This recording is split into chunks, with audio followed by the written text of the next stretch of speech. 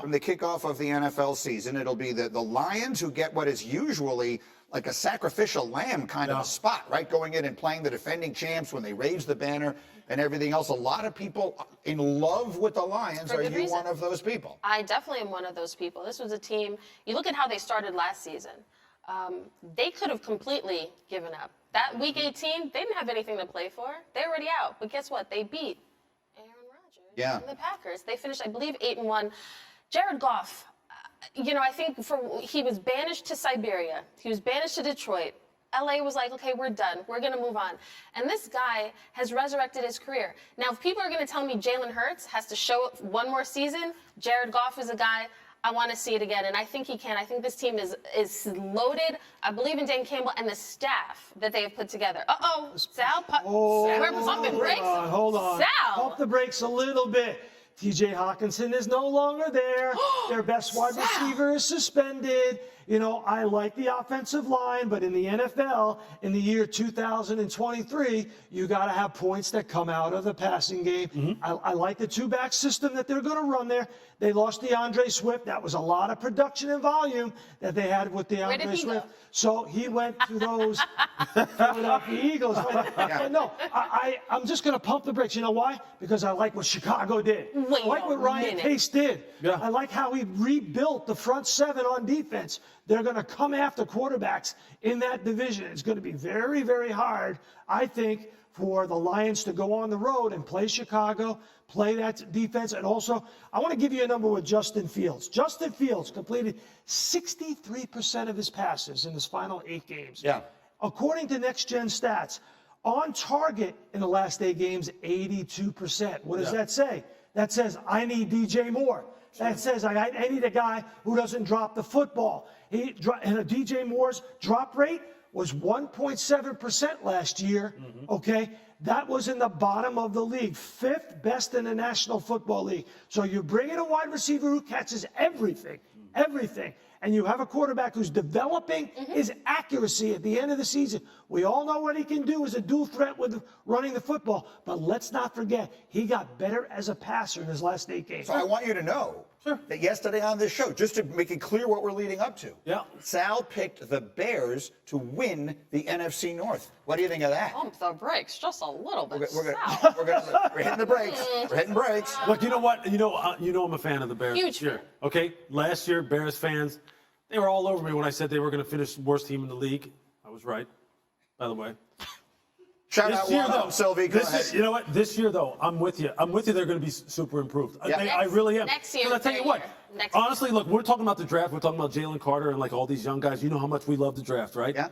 To me, they've got the guy that they drafted this year who, in the end, could wind up being the best player, regardless of position, out of this draft, in Darnell Wright. He's going to be a huge reason 100%. why Justin Fields is better. Luke Getsy, I talked to him off season when he was down in Alabama, and we're down there at the pro day. I said, what are you doing down here? You don't need to see Bryce Young. He's like, I'm not here to see Bryce. We got our quarterback. We're just doing our due diligence on the rest of the league. He goes, I'm good. So, look, I believe it. I think the offensive line will be solid. You saw how Khalil Herbert looked in that preseason game against Tennessee. You see how the playmakers now will allow them with DJ Moore. You saw how he took that wide receiver screen and this takes it 60. That's all going to help Justin. Absolutely. It's all going to be much better for them. But Detroit's winning the North. Jalen Hurts transformed himself in 1 year to a dual-threat quarterback who could win from the pocket. Yeah. That was the difference between 2021 and 2022. That will be the difference with Justin Fields. He will be a dual-threat quarterback this year. Because of DJ Moore, he will win from the pocket more than he did last year. But Detroit's winning the North, though. But just to stay on Fields for a minute, because we wound up sort of through an unusual path. We took the road less traveled, but we wound up here, so let's stay here a minute on Justin Fields. The template for quarterback development has been Josh Allen in Buffalo, Jalen Hurts in Philly. Is this the next one?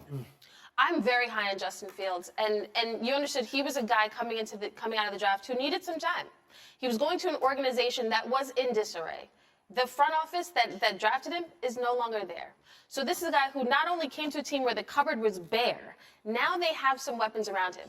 I think this is a huge year for Justin Fields. I actually think, Sal, next year is the year that the Bears win the division. I'm very high on the Bears. But I think right now the Lions have a more complete team. and they have a quarterback who understands. He's a vet. Yeah. That's why I'm excited about the Lions. All right, I'm up against the bottom of the hour, but I mean, a very interesting division this year. We'll talk more about. We got a lot going on here this morning. Reasonable approach, Kimberly Martin, to say the difference between the Cowboys being good, which they've been for a while, and the Cowboys getting to the Super Bowl, which is all anyone ever talks about, is exclusively about the quarterback elevating in the big moments. Exclusively. I influenced it with exclusively.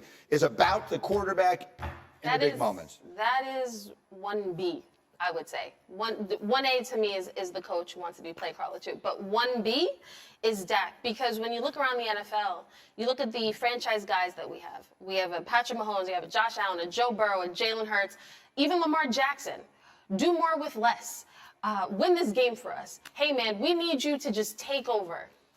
Like Dak, you don't get, it's just not the same with Dak. You don't say we win because of it. And there were moments, especially his rookie year, there have been moments in the regular season. He was having an MVP start to the season before he got hurt not too long ago.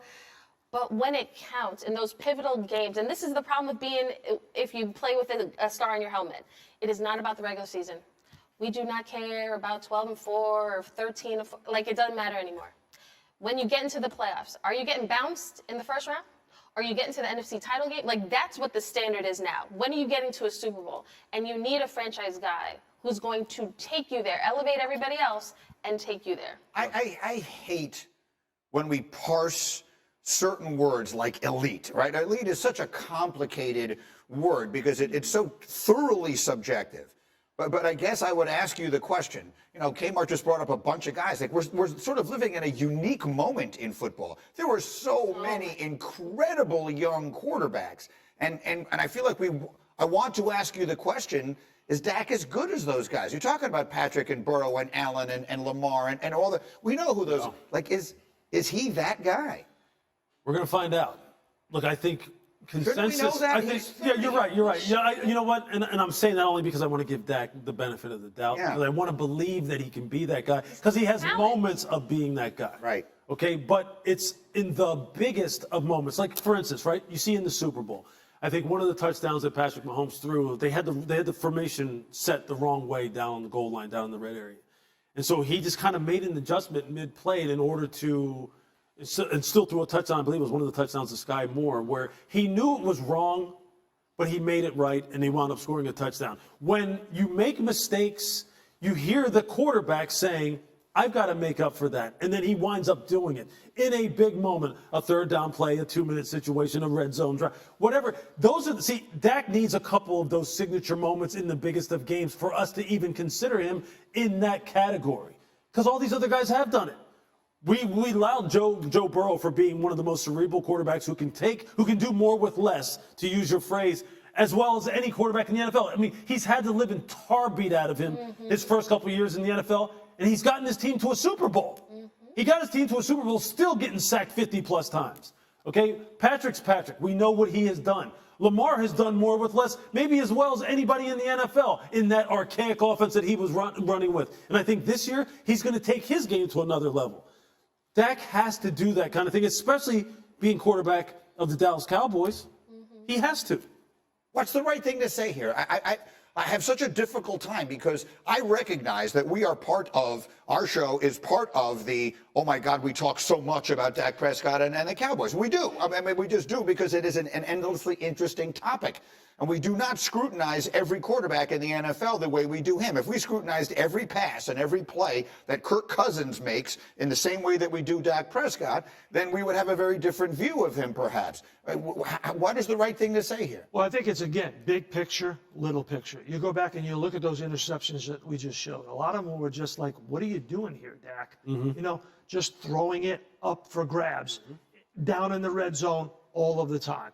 So I think with Brian Schottenheimer, with Mike McCarthy, with Brandon Cooks on the football field, I think those things will help change the way he looks when he gets up to the line of scrimmage and what options he has when things do break down. Yep. You know, and I think having Brandon Cooks on the field, and I've said this many times, those option routes, those quick option routes, it can be hut, and the ball will come out much more quickly than it has. The other thing is they are stressing going down the field. Be aggressive. Because of what Dan Orlovsky said, because of what Louis Riddick said, we don't want Dak Prescott playing scared. Right. So let's throw the football downfield. Let's build his confidence now because he's not going to play in the preseason. We'll build it now during practice so when he gets out there, he'll have confidence, but he'll also have the option routes. He'll have the check downs if things break down so he doesn't make those, what are we doing here, mistakes. Right. Thank you for watching ESPN on YouTube. For live streaming sports and premium content, subscribe to ESPN+.